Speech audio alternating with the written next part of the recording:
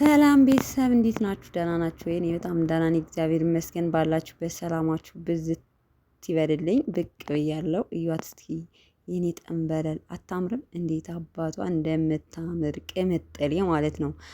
ቤተሰቦቼ ለማንኛውም ግን ትናንትና በተከፈተው የቡቡ አካውንት ሀይሚ አይደለችም ሀይሚ ናት፣ ሀይሚ አይደለችም ሀይሚ ናት እየተባባልን ነው። እና እንግዲህ ጊዜ ይፍታው ነው የሚባለው አይደለ? ብዙዎቻችሁ ኮሜንት ላይ ምን ስትሉ ነበረ?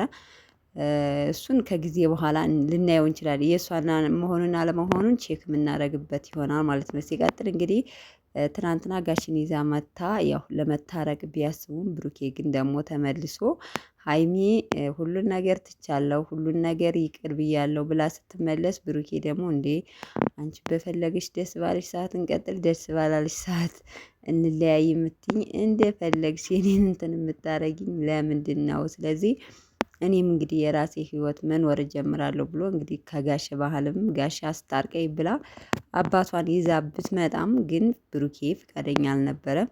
ያው ጋሽ ደግሞ ምን አለ? እሙሽን ቀጥታ እሙሽን ማግኘት ፈልጋለሁ እኔ አንተም ሆነ እሷም ሁለታችሁም እንድትለያዩብኝ አልፈልግም። ሁለታችሁም ደግሞ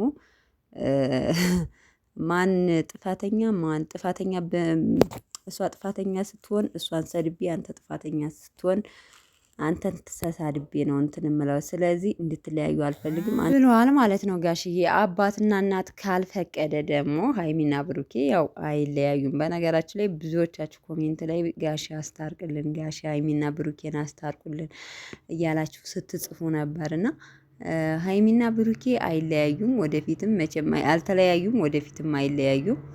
ያው ግን በነገራችን ላይ ማለት ነው ቀዝቀዝ ካለባቸው አሁንም አዲስ ነገር እንትን ይላሉ። እዩንም ሊያስገቧት ይችላሉ። አሁን እዩ ቀረጻ ላይ ጠፍታለች አይደለ? እሷን እንደ አዲስ ደግሞ ሊያስገቧት ይችላሉና እይታ እኮ አሪፍ በፍቅር ላይ ሆነው እኮ አሪፍ እይታ ምናምን እንትን የሚልላቸው ከሆነ ችግር የለውም ይሰራሉ፣ በዛው እንትን ይላሉና አሁን ትናንትና የሀይሚ የለቀቀችው ቪዲዮ ብዙም አይደለም እንትኑ ማለት ነው። እና ለማንኛውም ቤተሰቦቼ ያው ብሩኬና ሀይሚ አይዟችሁ፣ በካሜራ ካልሆነ ማለት ለዩቲዩብ ብለው ካልሆነ አይለያዩ ማለት አልተጣሉም። ሲጀመር አይጣሉ፣ ሲቀጥልም አይጣሉም።